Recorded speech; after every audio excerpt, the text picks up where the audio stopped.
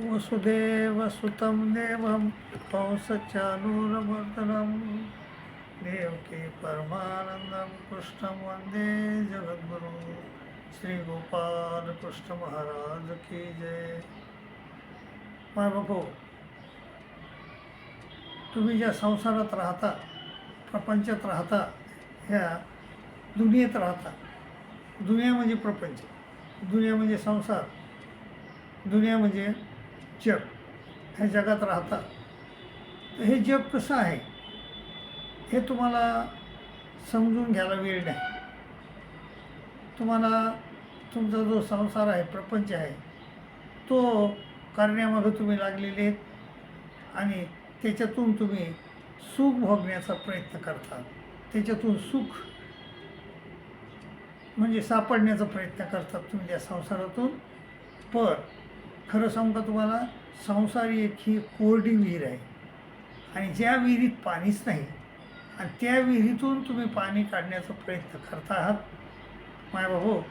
तर ह्या संसाराबद्दल कोण काय म्हणले तर हे तुम्हाला मी सांगतो. आजपर्यंत जे संत होऊन गेले त्या संत काय म्हणले ह्या प्रपंचाबद्दल तुम्हाला मी थोडं सांगतो. तर सगळ्यात महत्त्वाचे संत आहेत आपल्याकडं, ज्याला की सगळं जग मानते, सगळा भारत मानतो, असे संत आहेत. तर ते म्हणजे ज्ञानेश्वर. त्यांचं काय मत आहे ह्या प्रपंचाबद्दल? ते म्हणले, हा संसार दुःख मुळं चोहीकडे इंगळ, विश्रांती नाही कोठे, रात्रंदिन तळमळ, आणि काम क्रोध लोभ सुनी पाठी लागली ओढाळ. असा हा संसार आहे म्हणले. तो दुःखमूळ आहे आणि दुःखमूळ तर आहे, पण काम क्रोध लोभ ह्या 3 कुत्र्या तुमच्या मागं लागलेल्या आहेत आणि त्या तुमचे लोचके तोडायला तयार आहेत. मग आणि त्या वढाळ आहेत. मग माझ्या हा प्रपंच तुमच्यासाठी फायद्याचा आहे का तोट्याचा आहे हे संत ज्ञानेश्वर माऊली सांगतात. त्याप्रमाणे समजून घ्या आणि त्याप्रमाणे वागा. दुसरी गोष्ट, संत तुकाराम महाराज काय म्हणतात ते म्हणले, अरे भल्या माणसं हो, हा दुःख बांधवडी आहे. हा संसार सुखाचा विचार नाही कोठे. दुःख बांधवडी आहे हा संसार, सुखाचा विचार नाही कोठे. तुम्ही तर सुख मिळवायला निघले, संसारातून सुख पाहायला निघले, संसारात सुख शोधायला निघले. तर मग तुम्हाला संत तुकाराम महाराजाच्या मताप्रमाणे जर बांधवडी म्हणजे जिथंही तुम्ही हात घालता तिथून तुम्हाला दुःखच प्राप्त होईल, तर असं जर आहे तर तुम्हाला सुख कसं मिळेल सांगा मला. आणि मग तुमचे हे जे प्रयत्न आहेत, खटाटोप आहे, हा व्यर्थ आहे का नाही सांगा. तर त्याप्रमाणे तुम्ही ठरवा काय करायचं. तर परमेश्वराच्या मागं लागायचं का संसाराच्याच मागं लागायचं हे मी तुमच्यावर सोडून देतो. आणि संत नानक जे आपल्याकडं जो नानक पंथ आहे, त्याला शीख संप्रदाय म्हणतात.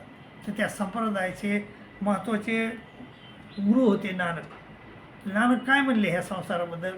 ते म्हणले, नानक दुःखी या सब संसार. ते म्हणले, हा संसार सगळा दुःखी आहे. इथं सुख नाही कोठे, आली या संसारी वाया हवं भरी होऊ नको. दुःख बांधवडी आहे हा संसार, सुखाचा विचार नाही कोठे. असं संत तुकाराम महाराज बी म्हणले आणि नानक बी म्हणले की नानक दुःख या सब संसार. मायबाबो, मग हे दुःख जर आहे ह्या संसारात आणि तुम्हाला ते अनुभवायला मिळतंय, तुम्हाला घोडीला तुमच्या पुढं दुःख येऊन उभं राहते. मग दुःख जर असेल ह्या संसारात, तर मग ह्या संसाराच्या नादी लागण्यात फायदा काय हे तुम्ही मला कॉमेंट करून नक्की सांगा मायबाबो. आता सर्वज्ञ भगवान श्री चक्रधर स्वामी महाराज इथं 56 वर्षे तुमच्यासाठी भ्रमले महाराष्ट्रात. 56, 1 नाही 2 नाही, 56 वर्षे. आणि त्यांनी वेदोक्त देवतापासनेच्या कर्मकांडातून सोडून खऱ्या परमेश्वराचा मार्ग तुम्हाला दाखवला, तुम्हाला खऱ्या परमेश्वर प्राप्तीचा मार्ग दाखवला. आणि ते तुम्हाला कंटाळून उत्तरापंथी निघून गेले.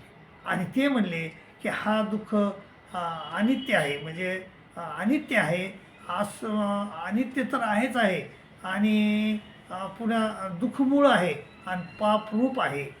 पापरूप, दुःखमूळ आणि अनित्य अशा 3 वाईट गोष्टी ह्या संसारात आहेत असं त्यांनी सांगितले. बाबा त्यांचं ऐकायचं का तुम्हाला? तर ऐका. आणि ते म्हणले इथं अनुसारा म्हणजे आम्ही जे म्हणतो ते करा. जर करीत असताना तर खरा बाबा तुमचा फायदा निश्चित फायदा होईल असं मी तुम्हाला गॅरंटीने सांगतो. आणि आता आधुनिक संत म्हणजे बहिणाबाई चौधरी काय म्हणतात ते बघा. बहिणाबाई चौधरी म्हणतात, अरे हा संसार जसा तवा चुल्यावर आणि आधी हाताले चटके तवा मी येते भाकर. इथं फुकट काहीच मिळत नाही बाबा असं बहिणाबाई म्हणतात की इथं आधी हाताला चटके बसतात तेव्हा तुम्हाला खायला बरोबर भाकरी मिळते, नाही ते मिळतच नाही.